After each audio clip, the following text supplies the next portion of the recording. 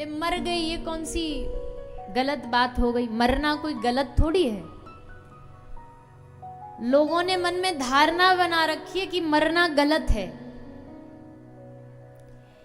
इसीलिए जब घर में खेलता खेलता कोई बच्चा मजाक में मरने की बात कर देता है तो घर वाले बोलते हैं अरे राम राम राम, शुभ शुभ बोल, क्या बोल रहा है, क्या मरने की बात कर रहा है? क्यों? क्योंकि हमको लगा कि मरना अशुभ है। पर ये मरना अशुभ किन को लगता है? ये मरना अशुभ उन्हीं को लगता है जिनको पता नहीं मरना भी एकमात्र रास्ता है भगवान को पाने का। शरीर छूटेगा तब तो कोई जीव भगवान के उस नित्य धाम में जाएगा। तो मृत्यु, सुखदेव जी महाराज ने राजा परीक्षित को समझाया, ये मृत्यु कोई बुरी बात नहीं है, और चलो आज के लिए तो तुमको अमृत दे दें, पर क्या फिर आगे मौत नहीं आएगी? फिर आगे आएगी, फिर कभी ना कभी मरना पड़ेगा, कुछ बरस बाद मरना पड़ेगा, कुछ युग बाद मरना पड़ेगा, तो घूम के तो आना ही है। इसीलिए तुमको ये कथा श्रवण करनी चाहिए, कथा सुननी चाहिए। तो राजा परीक्षित, जिनको कल आपने सुना एक संत के गले में परीक्षा लेने के लिए सांप डाल दिया। देखो, संतों के पास खूब जाओ, खूब दर्शन करो संतों का, पर परीक्षा लेने के भाव से नहीं जाना चाहिए। बहुत सारे लोग संतों का बस परीक्षा लेने के भाव से जाते। वो बैठते भी हैं, महात्मा जी से प्रश्न भी पूछते हैं, तो इसलिए नहीं पूछते कि उनको कुछ मन में जिज्ञासा है, वो इसलिए पूछते हैं कि उनको कोई टेढ़ा मेढ़ा प्रश्न पूछे और महात्मा जी फंस जाएं, और फिर हम सबको गांव में जा कर के कहें कि इनको तो कुछ नहीं आता, हमारा ही उत्तर नहीं दे पाए। संतों के पास जिज्ञासा लेकर के तो जा सकते, पर परीक्षा की भावना लेकर के नहीं जाना चाहिए।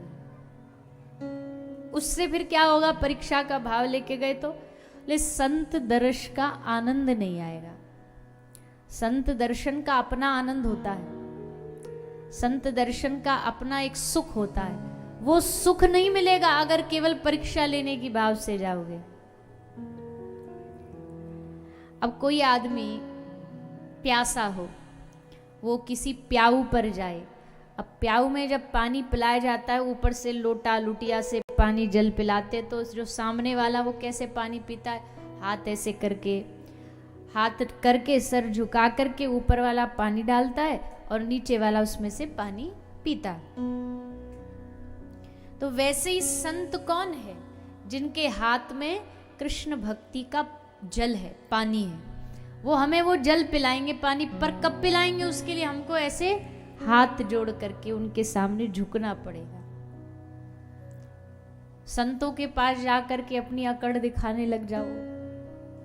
कई लोग होते संतों के पास जाते हैं दर्शन के लिए, पर इतना आडंबर लेकर के जाते हैं, दिखावा लेकर के जाते हैं कि देखो हम आए हैं। क्योंकि ज्यादा आडंबर देखेंगे, पुलिस वुलिस संग देखेंगे, तो महाराज जी हमको ज्यादा सम्मान देंगे, ये सोच के जाते हैं। वैसे तो आडंबर ज्यादा रखना नहीं चाहिए, पर है भी, अगर रख भी रहे हैं, कोई कारण भी है, भी सुरक्षा ये वो, तो उसको दुनिया में रखो। पर संतों के पास जब जा रहे हो तो वहां तो एकदम हाथ जोड़ करके विनम्र भाव से जाना चाहिए।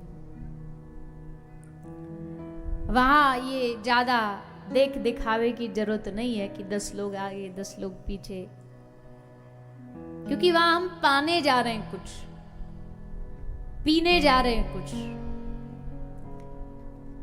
तो संत दर्शन का ये तरीका होता है, संतों के दर्शन का ये तरीका। और भी बहुत सारे तरीके हैं।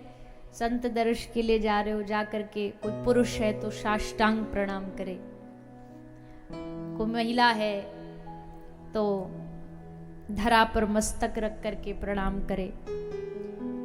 किसी भी संत के बिना उनकी आज्ञा के पैर भी नहीं छूने चाहिए।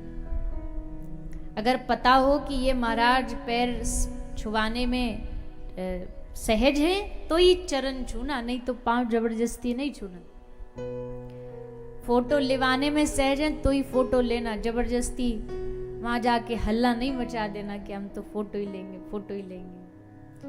आजकल संतों के दर्शन लोग करने नहीं जाते, आजकल बस फोटो लेने जाते। पहले कम से कम राधे राधे श्याम राम राम कुछ तो कर लेते थे, आजकल वो भी नहीं करते। आजकल तो बस सीधा जाते ही फोन उठाया, फोटो, सिर्फ फोटो।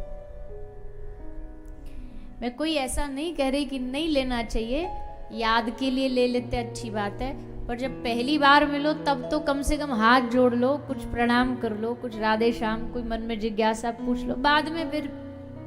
पर जाते ही जाते चरण भी छूने का कईयों का बड़ा विचित्र ढंग होता है। चरण छूने के लिए झुक करके चरण छूने चाहिए, चरण तक तो झुकते ही नहीं, घुटनों तक ही पहुंच पाते हैं, बस घुटनों तक ही छू के ऐसे दूर से काम चला लेते। अब जब आधा अधूरा छूओगे तो आशीर्वाद भी आधा अधूरा उतना ही प्राप्त हो जाएगा। तो संतों की परीक्षा लेने नहीं जाना, संतों से कुछ लेने, कुछ प्राप्त करने जाना चाहिए। तो राजा परीक्षित परीक्षा लेते शमीक ऋषि की। परीक्षा लेने क्या किया, ले इनके गले में एक सर्प डाल दिया, सांप डाल दिया। लगा कि बाबा जी अगर ढोंग कर रहा होगा सांप गले में देख के तो कोई भी उछलेगा, तो इसका ढोंग एकदम खत्म हो जाएगा। पर महाराज तो कोई ढोंग कर नहीं रहे थे, वो तो सचमुच आंख बंद करके ध्यान में बैठे थे। राजा परीक्षित गले में सांप डाल के चले गए। उन संत को तब भी कोई फर्क नहीं पड़ा, उनको पता भी नहीं लगा कि हमारे गले में कोई सांप डाल करके चला गया, वो तो भजन में मस्त थे। किंतु एक उनके शिष्य ने जाकर के, उन्हीं शमीक ऋषि के पुत्र हैं श्रृंगी ऋषि, उनको जाके बता दिया। श्रृंगी ऋषि को जाके बता दिया कि ऐसे ऐसे वो राजा परीक्षित आया और तुम्हारे पिताजी के गले में मरे हुए सर्प को डाल गया है। अब न कुछ सोचा न कुछ देखा, और श्रृंगी ऋषि ने राजा को श्राप दे दिया, मेरे पिता के गले में सर्प को डालता है, जा आगे आज से आने वाले 7 दिन बाद तेरी सर्प के ही डसने से मौत हो जाए।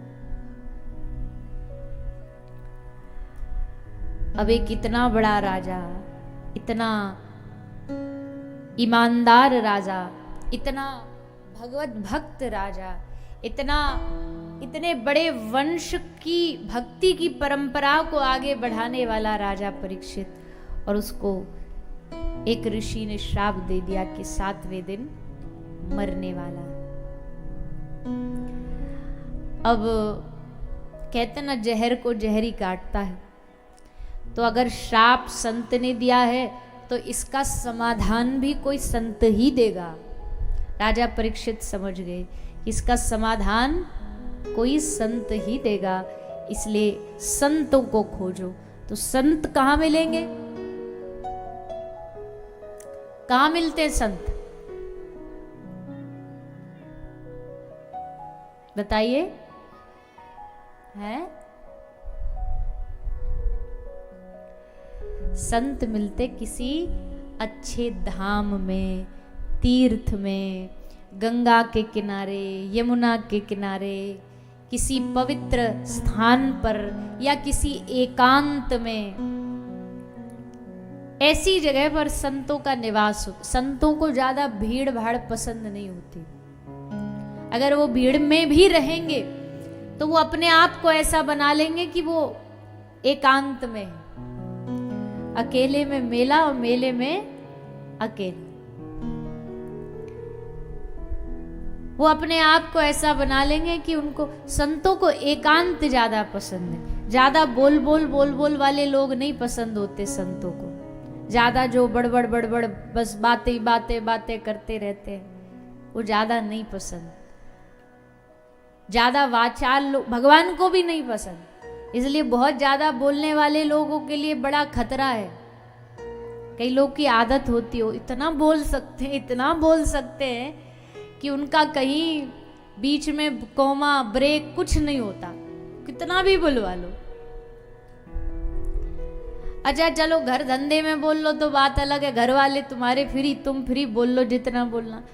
पर संतों के पास जाकर तो उनकी समय की कीमत समझनी चाहिए। वहीं जाके गाथा चालू कर देते हैं अपनी, घर की गाथा, परिवार की गाथा, राजनीति की गाथा, सब वहीं चालू कर देते हैं। ऐसा नहीं करना चाहिए। संतों के पास सोच समझ के बोलना चाहिए।